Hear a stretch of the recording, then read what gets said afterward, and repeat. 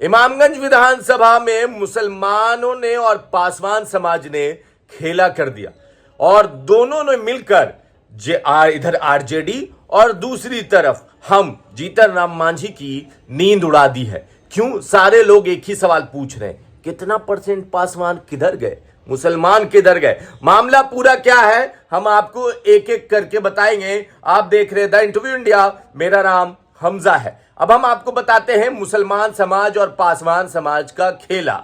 देखिए, जीतन राम मांझी की बहू दीपा मांझी जी वहां उतरी थी, चुनाव प्रचार प्रसार भी की, वोट भी पड़ गया। अब वो कैंडिडेट थी। इधर से थे रोशन मांझी आरजेडी के तरफ से।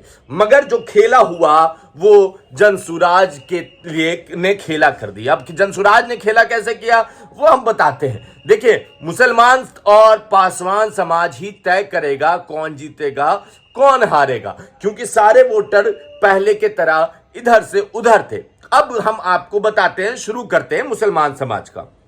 देखिए, पिछले बार मुसलमान समाज ने 90% से ज्यादा जो वोट था वो राजद के कैंडिडेट को 2020 में दिया था, जो बुध के आंकड़े के हिसाब से समझ में आता है। और वहां पे मुसलमानों की वोटिंग भी प्रतिशत भी अच्छी खासी है। और दूसरी तरफ अब ये कहा जा रहा है कि मुसलमानों ने खेला कर दिया।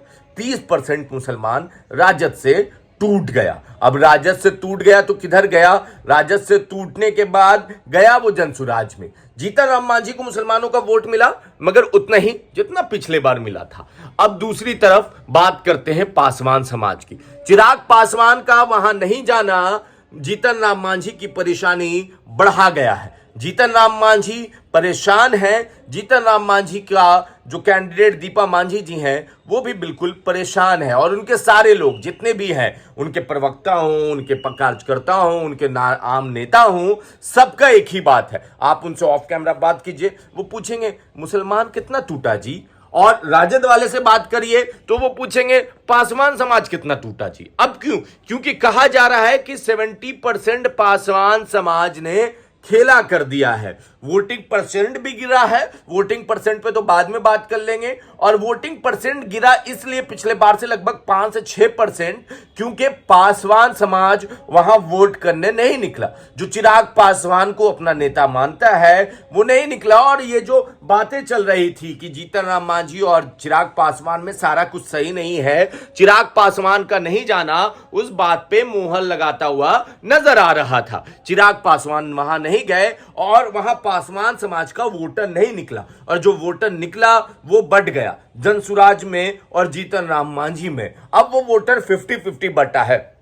एक तो 30% वोटर निकले ही नहीं जो लोग वहां के कह रहे हैं, और जो निकले 100 में 70 लोग निकले वो आधा आधा बढ़ गए। अब आधा आधा बटने से क्या होगा? देखिए, मामला तगड़ा हो गया। पिछले बार जो मार्जिन 10,000 15,000 होता था, इस बार काश शायद वो उतना नहीं होगा।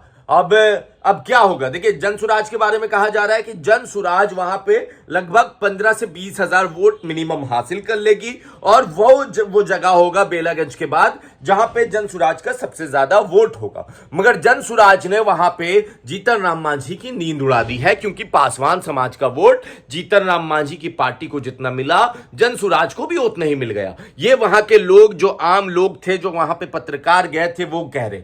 आखिरी दिन तक पासवान समाज ने इंतजार किया कि चिराग 11 को आ जाएंगे और जीतन राम मांझी का जो कड़ाही छाप है हम उधर चले जाएंगे। मगर ना चिराग आए ना पासवान के। और पासवानों ने जिस तरह से खेला किया है, जीतन राम मांझी की नींद उड़ गई है और मुसलमानों की खेला की वजह से आरजेडी की। बाकी आप अपनी राय नीचे कमेंट बॉक्स में लिखें।